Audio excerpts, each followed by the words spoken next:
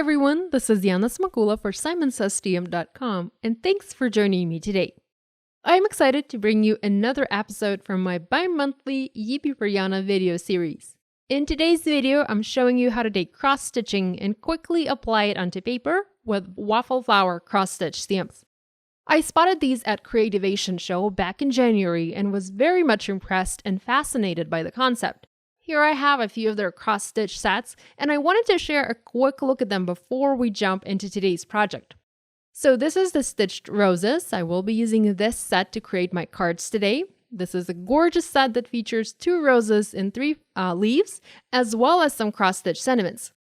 Next, there is a cactus cross-stitch set. Cacti are very popular lately, and I'm very excited to see more and more cacti images in stamping. So there's a larger and a smaller cactus, as well as a pot, and also some fun mountains to create a landscape. You also have a cross-stitch water and some smiley faces. Another cross-stitch set that I have here is the stitched unicorn. You have a unicorn in a frame and a galloping unicorn as well. And there's your magical sentiment that goes so well with this set. The last stitch set I have here is a stitched cup of tea. Fabulous friendship set. You have a teapot, a cup and a saucer, and also a stitched "You're my cup of tea" sentiment. There are also little swirly bits and pieces, and you can use those with any of the cross-stitch elements on your projects. I will be stamping several cards today, and I have already pre-cut my white paper pieces to layer onto 4-bar cards. I'm very much enjoying a 4-bar size lately. I'm taking a break from the A2 size. Now, I need to point out that I'm making a 4-bar card and not an A2 card because this size is often deceiving. It might look like this is an A2 card, and thus stamped elements look bigger than they really are. So this is just something to keep in mind. Images shown in this video are not going to look as big on an A2 card size. Like I mentioned, I'm using stitched roses, and this set is a bit difficult to align in a sense that you need to have perfect alignment for great results.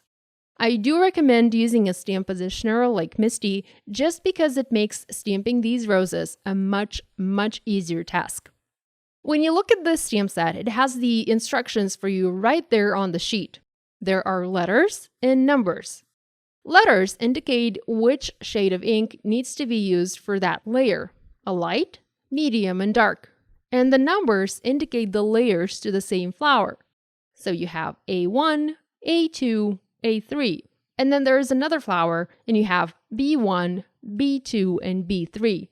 There's also a little flower bud marked C1 and C2, and it is attached to the B flower layers.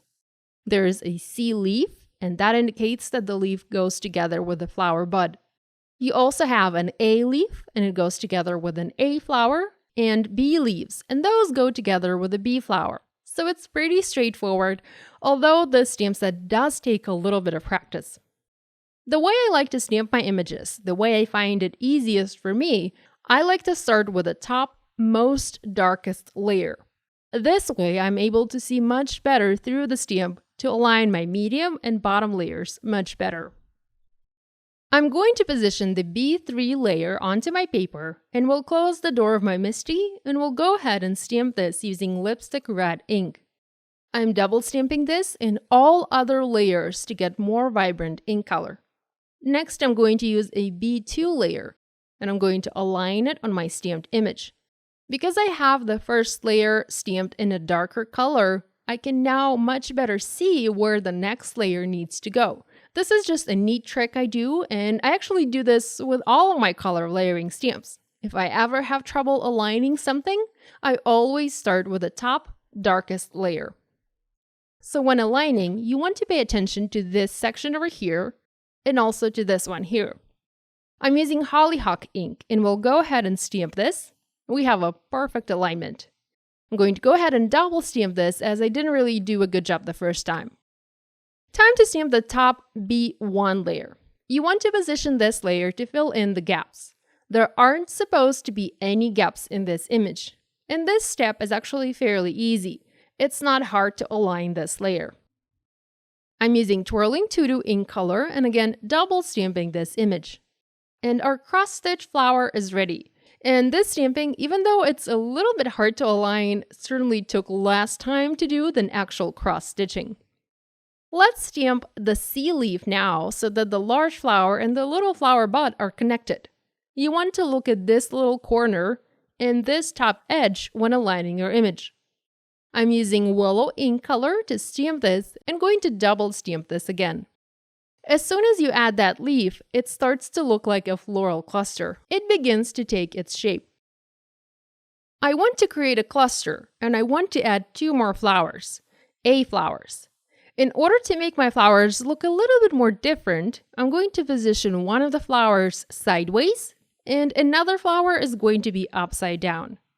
I'm starting with a flower that is positioned sideways.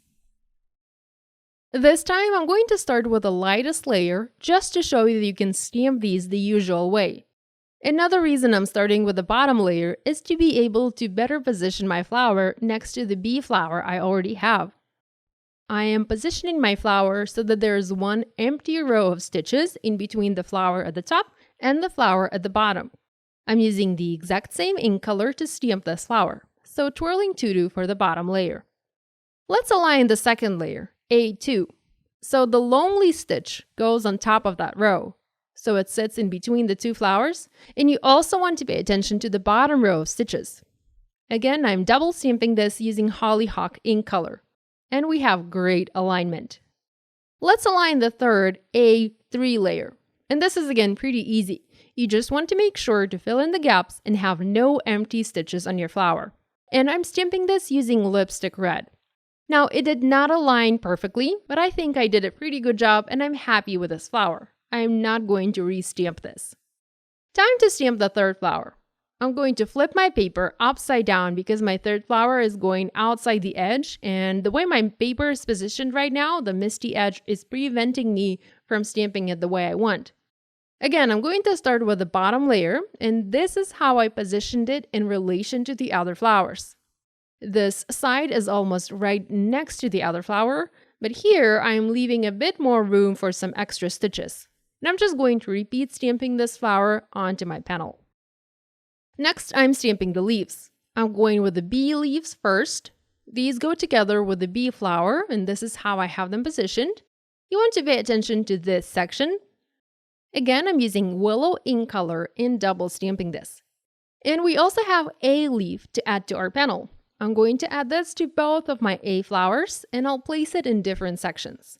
The leaves are designed to sort of dock into specific parts of the flower, but that doesn't mean you can't have them placed in a different spot. As long as your leaf and flower stitches do not overlap, you should be good. But even if they do overlap, that would just add a little bit to the overall handmade look and feel of your card. When I was first stamping my flowers, when I was practicing, I had a lot of stitches overlapping, and I also had some empty spaces in my flowers. They looked great. So if you love your flowers with the overlap stitches and some empty spaces, go for it. To create a sentiment for this card, I'm going to use a round happy birthday message from the Circle Sayings stamp set from Simon. This is an older set that I have rediscovered recently. I'm loving it for all sorts of cards. I'm going to use a round sentiment here to somewhat help me frame my piece and create the illusion of a hoop, of an embroidery hoop. In order to stamp this, I need to mask a part of my image, and I have already created masks using masking paper, so I'm just going to mask the parts and pieces of my image that overlap with the sentiment to protect them. I'm using Simon's khaki ink color to stamp the sentiment. I really like this light brown color, and I think it's a perfect match to the craft cardstock that I plan to use for my card base. And I'm stamping this a few times as it didn't stamp well the first. I'm going to remove my masks, and I just love this look. I think round sentiments add just a perfect touch to these cross-stitched flowers. I'm also going to stamp a simple happy birthday sentiment in black ink. I'm stamping onto craft paper, the same paper I'm using for my card base. I have already foam mounted my panels onto 4 bar cards, and I'm going to foam mount these sentiments on top. You can change up the sentiments and make these cards for another occasion. I think this design would make a great Mother's Day card and also fabulous thank you or miss you cards. I'm using Scrapbook Adhesive's large foam squares. I'm cutting them into strips and going to foam mount my sentiments onto the cards. Lastly, I'm going to add a few dots using Nuvo crystal drops in apple green. So this finishes today's video. Thank you so much for joining me today. I hope I was able to inspire you to create. Be sure to give this idea a try and do tag us on social media so we can take a peek at your projects. You can find a list of supplies I used for this project down below. Be sure to give this video a thumbs up and to subscribe to this channel if you haven't yet done so. Thank you so much for joining me today. I will see you next time. Bye!